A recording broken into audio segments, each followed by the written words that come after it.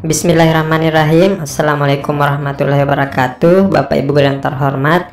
Oke, baik Bapak Ibu, dalam kesempatan video kali ini kami akan mengabarkan terkait pembayaran tunjangan profesi guru atau tunjangan sertifikasi. Yang untuk dalam video ini Bapak Ibu kami akan membahas terkait larangan dan sanksi yang dijatuhkan kepada pemerintah daerah dari Kemendikbud terkait pembayaran sertifikasi guru. Jadi agar pembayaran sertifikasi ini Bapak Ibu lancar, tidak seperti tahun-tahun kemarin, maka kemudian diaturlah regulasi atau aturan terbaru yang diterbitkan oleh Kemendikbud untuk tahun 2022. Langsung saja Bapak Ibu kita ke informasi resminya. Di sini kita melihat Peraturan Menteri Pendidikan, Kebudayaan, Riset dan Teknologi Republik Indonesia nomor 4 tahun 2022. Jadi ini adalah Permendikbud terbaru Bapak Ibu ya, yang mengatur tentang petunjuk teknis, pemberian tunjangan profesi, tunjangan khusus, dan tambahan penghasilan guru aparatur sipil negara di daerah provinsi, kabupaten, atau kota.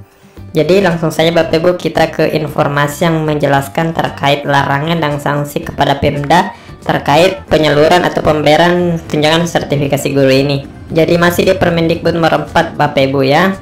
Di bab 7 ini dijelaskan terkait larangan dan sanksi. Kita ke pasal 21 ayat 1. Nah, di sini Bapak Ibu dijelaskan bahwa pemerintah daerah dilarang menunda penyaluran tunjangan profesi, tunjangan khusus, dan tambahan penghasilan melewati 14 hari kerja. Nah, melewati 14 hari kerja tidak boleh Bapak Ibu ya. Sejak tanggal diterimanya dana tunjangan profesi, tunjangan khusus, dan tambahan penghasilan di rekening kas umum daerah. Jadi ada 3 tunjangan yang masuk Bapak Ibu ya di rekening kas daerah, yaitu tunjangan profesi guru, tambahan penghasilan, dan tunjangan khusus. Tunjangan khusus ini adalah tunjangan bagi Bapak Ibu yang bertugas di daerah 3T. Nah, kita bisa melihat Bapak Ibu di sini bahwa pemerintah dengan tegas menyebutkan bahwa dilarang menunda penyaluran tunjangan profesi. Jadi tidak boleh lagi penundaan Bapak Ibu ya. Sejak dana ditransfer dari pusat ke daerah ke rekening kas daerah, maka dana tersebut tidak boleh melebihi 14 hari kerja. Dana tersebut harus disalurkan dan dibayarkan ke rekening Bapak Ibu sekalian. Jadi ini secara tegas Bapak Ibu ya disebutkan dalam Permendikbud ini, karena di aturan sebelumnya, di aturan yang membahas terkait penyaluran tunjangan profesi guru untuk tahun 2021 itu tidak ada redaksi kata atau bab yang menjelaskan terkait larangan dan sanksi ini Bapak Ibu ya. Baru di Permendikbud tahun 2022 ini kemudian dijelaskan dan dipaparkan terkait larangan dan sanksi. Jadi semoga seperti itu Bapak Ibu ya. Semoga tidak melebihi dari apa yang telah ditargetkan pemerintah dalam Permendikbud ini. Nah, terkait Bapak Ibu dengan kapan sebenarnya pemerintah pusat itu menyalurkan dana ke rekening kas daerah. Nah, di sini kita bisa melihat tetap di Permendikbud ini terkait penyaluran atau pembayaran transfer dari rekening pusat ke rekening daerah. Nah, di sini di bagian kedua Bapak Ibu kita bisa melihat validasi dan penetapan penerima tunjangan. Nah, langkah awalnya adalah Puslapdik melakukan sinkronisasi data guru SN di daerah melalui Dapodik dengan aplikasi Simtun, Sistem Informasi Manajemen Tunjangan pada Kementerian, sesuai dengan waktu sebagai berikut. Jadi divalidasinya Bapak Ibu ini 28 atau 29 Februari Bapak Ibu ya, khusus untuk triwulan 1. Kemudian jadwal pembayarannya ini di bulan Maret Bapak Ibu ya untuk triwulan 1.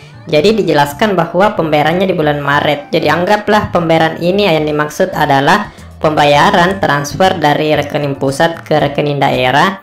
Jadi kita berandai-andai Bapak Ibu ya, jikapun paling lambat ini ditransfer di akhir Maret, taruhlah 30 Maret mulai ditransfer, berarti ada waktu selama 14 hari kerja bagi pemerintah daerah untuk kemudian menyalurkan tunjangan sertifikasi guru triwulan 1 ini kepada Bapak Ibu sekalian. Jadi targetnya Bapak Ibu sekitar paling lambat pertengahan bulan April, dana tunjangan profesi guru untuk triwulan 1 ini sudah bisa kita terima Bapak Ibu ya. Itu pun kalau pemerintah pusat melakukan transfer di akhir bulan Maret.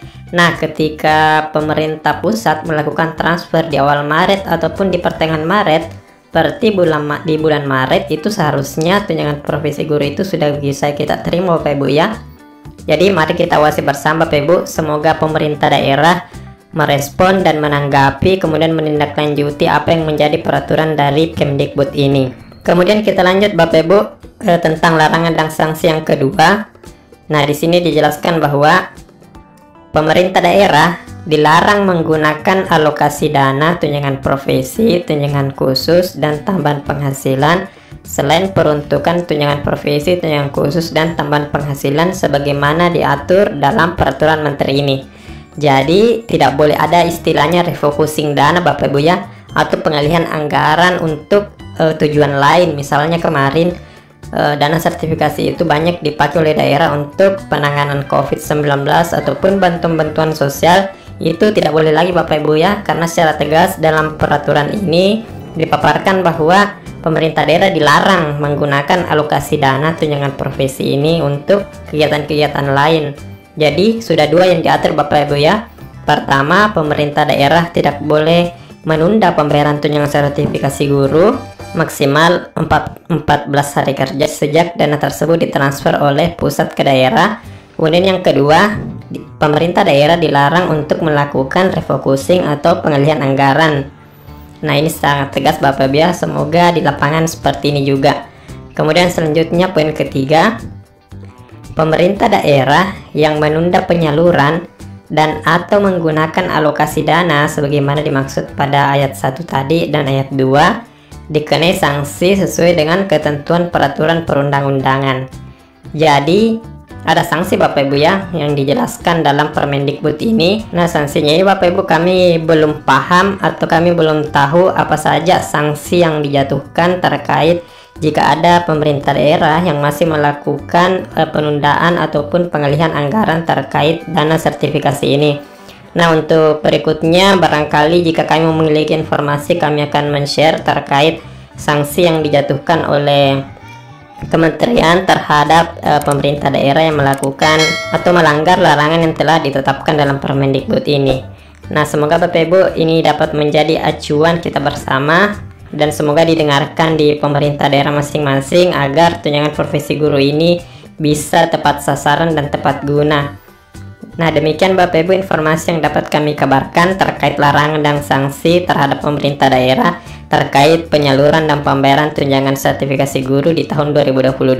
Semoga bermanfaat. Silahkan di-share ke teman-teman guru yang lainnya biar semua mengetahui informasi ini.